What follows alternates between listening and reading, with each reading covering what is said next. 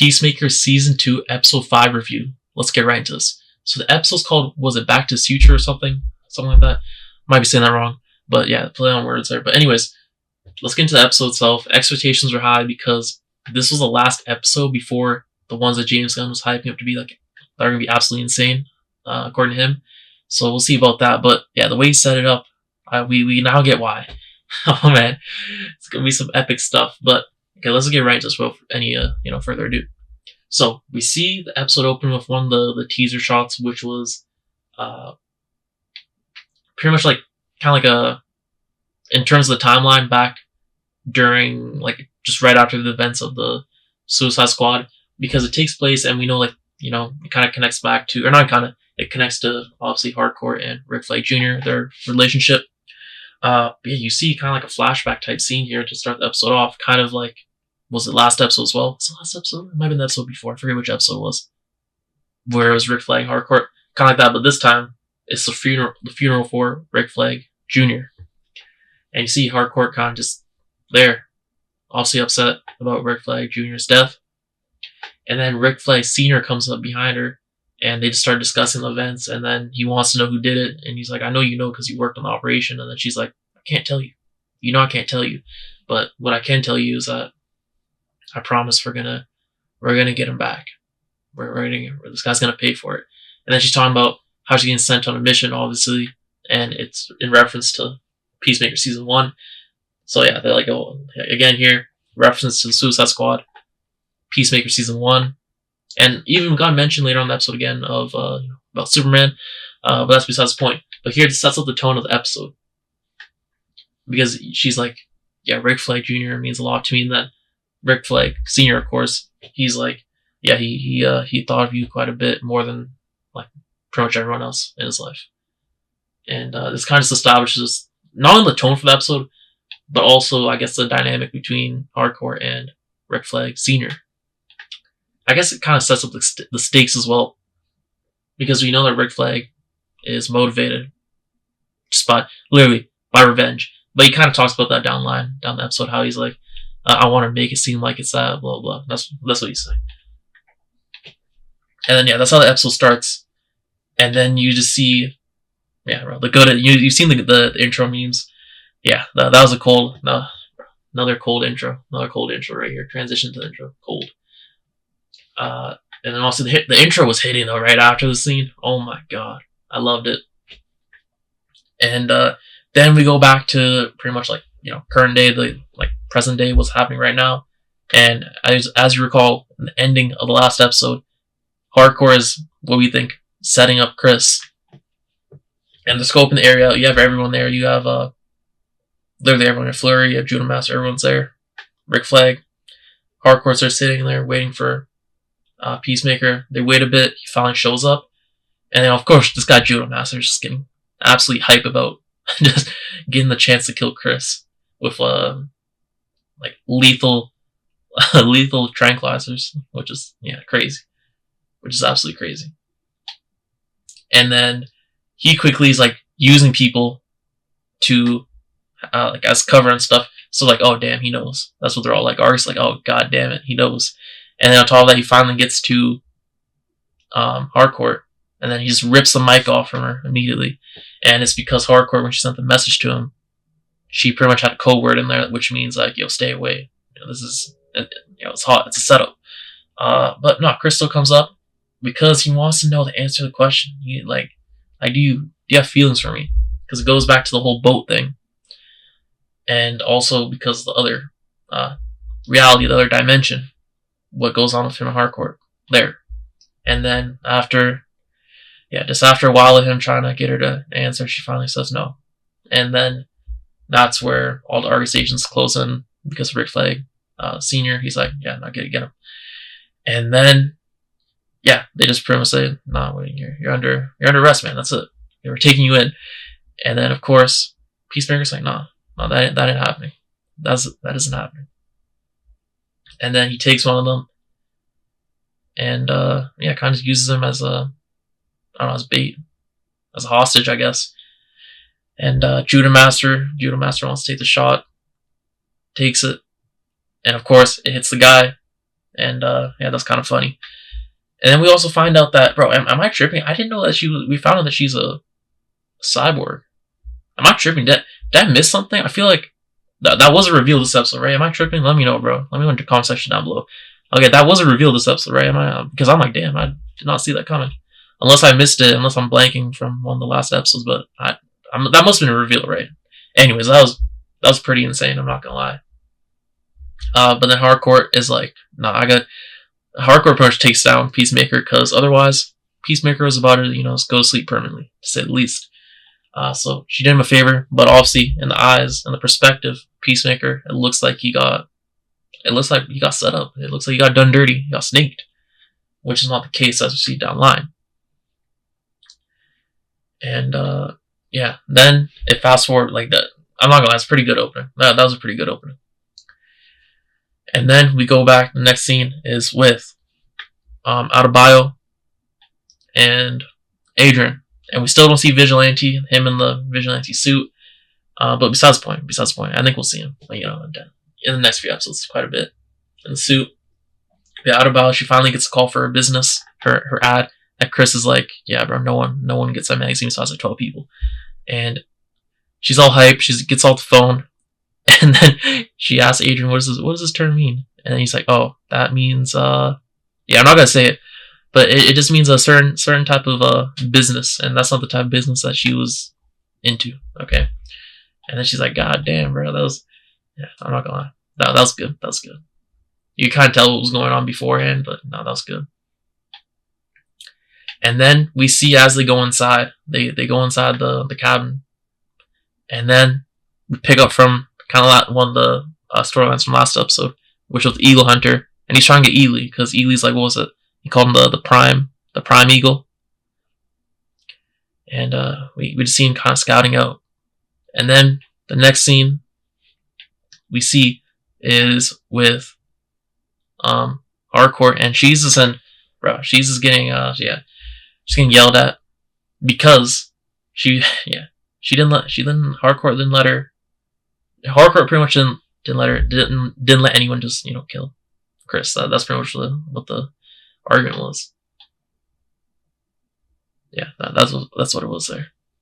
And then you see John just like, yo, what the hell's going on? I can't believe you did this. To Chris. And then she pretty much just summons Economos. She just summons Economos into like the little break room there, and then that's where they talk. And then she's like, I need you to just book Chris, so then that way, they won't hurt him, they won't kill him. And then obviously John, typical fashion, he's like, bro, I don't do this, bro. Anything, I'm just scared of everything, bro. I'm not doing this. And then, bro, she just spooks him, bro. She's just like, nah, you're doing like just with the eyes, man. Eyes say a lot. And then he's like, okay, I'll do it. And that's what happens as we see down the line. And then we go to a little scene here where you see the Eagle Hunter. He's setting up bait, which is poisonous for Eagly, pretty much just to die. Yeah, and I was thinking James Gunn was kind of hinting at it earlier that Eagly might suffer something, and I'm like, please. I'm like, there's no way, bro. This can't be it. This can't be the end. Because Eagly and Vigilante are literally fan favorites, bro. This is it's as simple as that. Okay. And then we go to the next scene here where Peacemaker, he's taken in, and he's in front of none other than Rick Flag Sr. And also Rick Flag Sr. He's gonna have a lot to say, more so physically than actually, verbally. And that's what we see. He gets everyone else to go out, man. Just take a walk, take a hike. He gets the blind shut, turns the surveillance off. Some dirty cop antics are about to happen here, and yeah, he just starts pummeling Chris. Meanwhile, Chris is like, I think about every day, and then the more he just hears Peacemaker talk, he just gets pissed, and he just starts, bro, he went crazy. I think he might need him at one point, bro. But yeah, Frank Grillo, great performance again in this episode. He's going absolutely crazy. He was so mad. You just tell, bro, the revenge. And honestly, you can't really be like Rick Flag Sr.'s in the wrong, to be honest, because his son literally got done dirty. But then again, yeah, it's tough. It's honestly tough. It's tough. And then we go to the next scene, And this is where we actually see Economos officially book John, or Economos officially books Chris.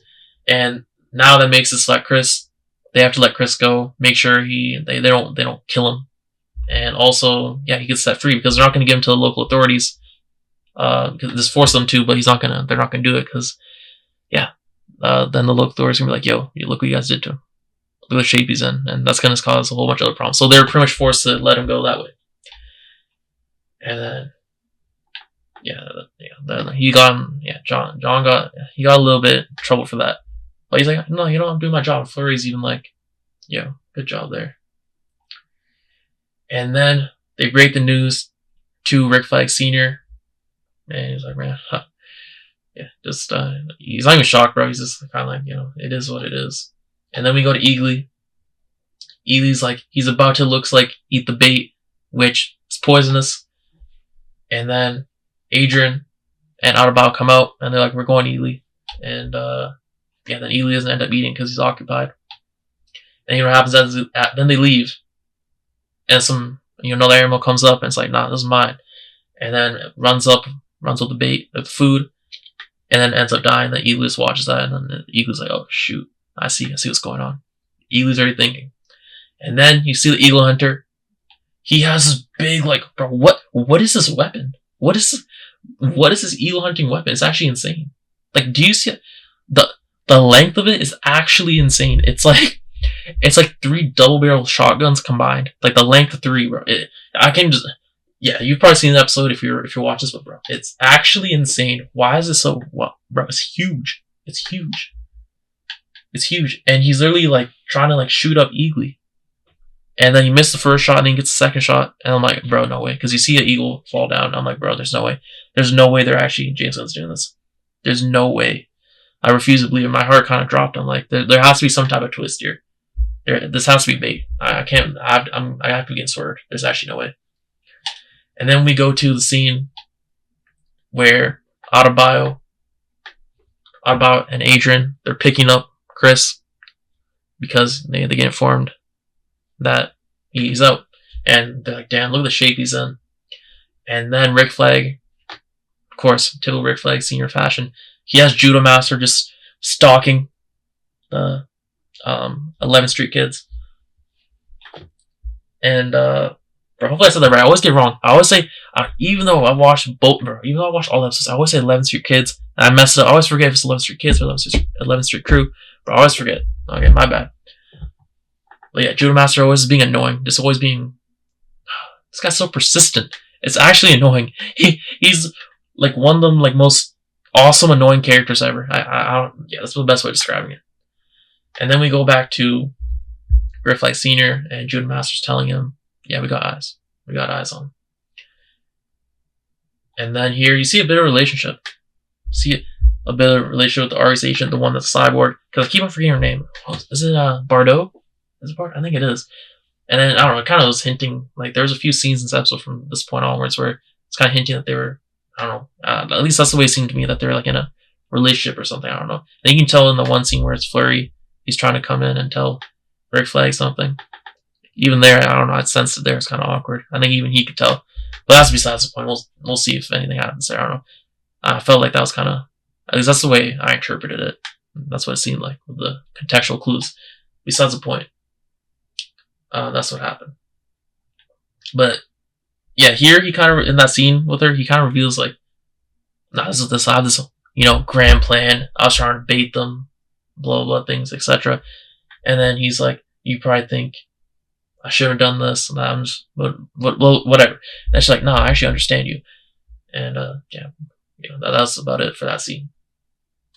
And then you see Adebayo, Adrian, and Chris. They're driving back to the cabin. And Adebayo's like, yo, what happened? And then Chris is like, Harcourt set me up. And then she can't believe it. She can't believe it. That's, long story short, that's the scene. And you can tell Chris is visibly upset. He's honestly so over it, bro. He's like, yeah, I can't believe I got snaked. Got snaked by Harcourt. One of the people like I trust the most. I can't believe this. And then we go back to the Eagle Hunter. And this is where, as I mentioned earlier, this is the actual scene where we see him literally shoot Eagly. First shot he misses, the second one He hits, and we're like, okay, I'm like, no way, bro. I'm like, no way, got Eagly. Turns out, no, it's not Eagly. But he'll see that in a second. We'll talk about it in a second. And then here we see them finally drop off Chris, and he's like, you guys can go, man. I'm good. Don't worry about it. Even though they're insisting, he's like, no, don't worry, I'm good. And he's whistling. Chris is whistling for Eagly, and we're like, he's not coming there. I'm like, this is perfect. The way this is written, the way this is being directed, perfect. It really makes you believe that Eagly's actually done. But no. But this is really good bait. I won't lie. This is James Gunn. This is really well done here. It was believable. And then you see the eagle down. Like, bro, no way, no way. And then he's like, the eagle hunter then goes up to the eagle that we think is Eagly. And like, bro, I think, was he not like ripping like something out or something, like ripping guts out? I don't know. I might be tripping. I swear there was like a scene like that. The eagle that was just lying there. Might be wrong, but anyways, I think he goes over there, and then that's where you see the swarm, the legion of eagles, is all there because Eagly, he knew what was going on, bro. Bro, this was 4D chess by Eagly. You can't take down the GOAT. And then, bro, this is where I put it over the top. You see Eagly there come in last, like, yeah, I run this. I'm the king of this. Stop playing with me.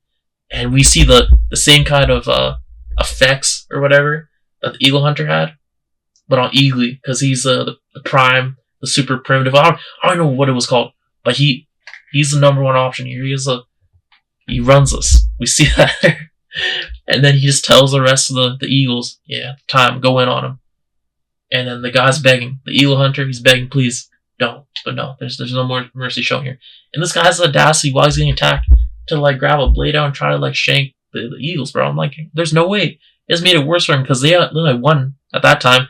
And because he tried to do that, the rest of them all came out at the same time, bro. I'm like, yeah, bro, this is what you get. This Eagle Hunter's being a bum throughout the series. Bro, screw him. I mean, throughout the season. Yeah, brother, don't challenge Eagly. Stop playing with us. Come on. And then, yeah, bro, Chris goes back to Chris. He kind of just like, oh man, whatever. And then goes back in. See him go to the table, go in the drawers. He starts writing out a note to Adebayo, pretty much, as we know later on. He starts just explaining why he's about to do what he's gonna do, or what he did in the episode in the end.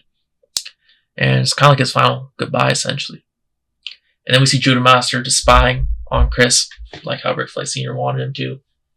And he's talking to Flurry here on the phone, and Flurry just calls him just funny names, typical Flurry, to Tim Meadows. Such a good addition to the series. But besides the point, there's a little bit here with Flurry, and Judomaster's like, yo, you call me that again, I'm gonna rip your rip your thing off, man. And then Flurry's backs off. And then it's called Judomaster, out of respect.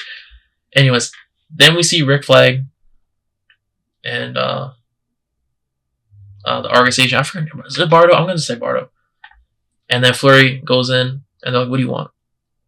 And then Flurry's like, yeah, we got eyes. We got eyes on him, essentially where he's at. And then we go back to seeing Chris, and he's writing the note down. Judomaster spying over him, just like a creep, and just being annoying, per usual. And then Eagly's at the door. Eagly finally comes in, and then goes to the door where the quantum unfolding chamber's at. And Eagly's like, let's go. And then Chris is like, alright, I'm ready. And then as Chris is walking over there, he puts the note, he wedges it in between the actual like device, the mechanism that he uses to close and open the portal. It's there. And then Adebayo, and then he also sends a message to Adebayo saying like, final goodbye or whatever. And then she sees it, and then they quickly swerve over, and then it goes back to Judomaster. He's watching Chris open up the portal. Or sorry, yeah, not open the portal. The portal's already opened up, but making it so that it closes. And then we go back to Adebayo and Adrian. They're speeding over back to Judomaster. He's like, yo, what's this? He walks in, and then of course he quickly writes a note, and he's like, I'm following them through the door so that when A.R.G.U.S comes there, they know what he's doing. And then you see the Cheeto prints there, but yeah, no, A.R.G.U.S isn't getting that note. They're not getting that. He also tries calling Flurry, and that's why he writes the note, because there's no reception there because of the whole portal thing. Besides the point, he goes and follows Chris into the alternate dimension. So we know this is going to be a storyline in the next few episodes. And of course, well, this guy Judomaster just won't stop. This guy's relentless. Even in alternate dimensions, this guy's there. He just won't stop. Always a menace.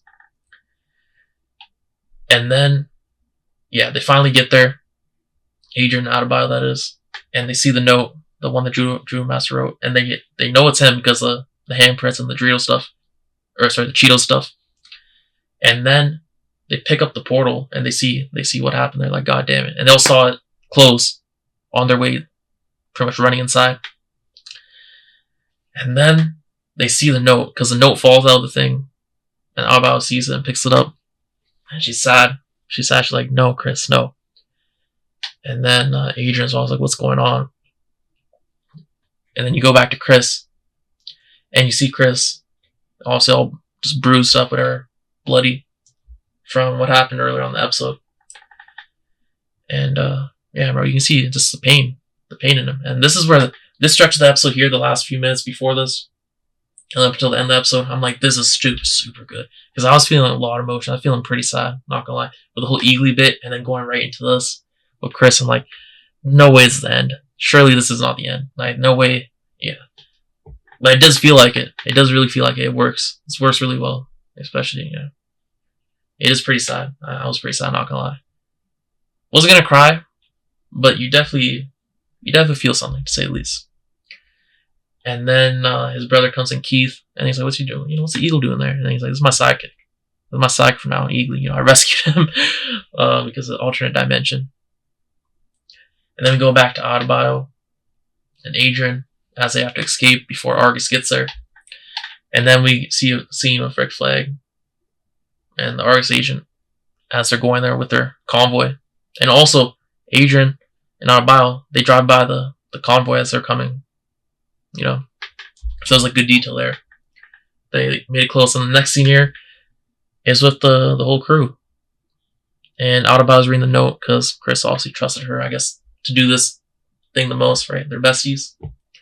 And everyone's just sad, and Adrian's crying, and it's like Harcourt's upset too. Typical Chris fashion. He puts some humor in it too, towards Harcourt, just referencing, you know, what happened between them two. And he's like, yeah, this alternate dimension is where I'm supposed to be. This is where I feel like I'm at home. Okay, this is where I feel like I'm wanted, essentially. And yeah, it's honestly, it's pretty sad. And like, also the show better explains. If you're listening to me just as like a visualization of it, I'm not doing it justice. Go watch the episode if you can. It's honestly a great episode. And then you see Eagly there flying with him, and it's just everything you wanted, right? That's really what it represents. Everything you wanted, he has here. It's like, yeah, if everything went this way, this is how it is. This dimension. That's why he loves it. But it's just not like that. That's just not how it works. And Chris is gonna learn that the hard way. It's not how it works, man. And then yeah, Adrian's upset. I'm like, damn, bro, that's the part that got me. The fact that Adrian's just crying, because literally Chris is like his only guy, really, if you think about it. Like that's his best friend. You know, they've been through thick and bro, I can't speak, but they've been through a lot. This is the guy. This is day one, so it's pretty upsetting. It's pretty upsetting for him. I'm like, man, this ending is super good. This is really well written and acted. And they see Harcourt trying to figure it out. She's like, come on, guys, we're gonna get this sorted. Like, we're gonna try figuring this out. And obviously, Adebayo explains how it works. They have to put it like at a doorway to open it up, and also make sure that things are properly lined, etc. And Harcourt's like, okay, let's get it. She grabs the thing, and then she's like, let's go. And then John's like, really, man? Really? Because, you know, typical John fashion. This guy, John, man. Of course, this is how he is. And then Adrian's like, you know, maybe I wonder if it's another version of me in the alternate dimension. And then John's like, all right, god damn it, F it, man. Let's go. And this sets up them trying to figure out how to open it. And then eventually, they literally said their objective is to save Chris. So obviously, they have to go into the alternate dimension to save Chris. And that's where the chaos is going to get unleashed. So this is what it sets up. So yeah, there's so many possibilities I'm thinking of right now, but it's all going to come crashing down. We know that. We know that for sure. And obviously the insane cameos as well.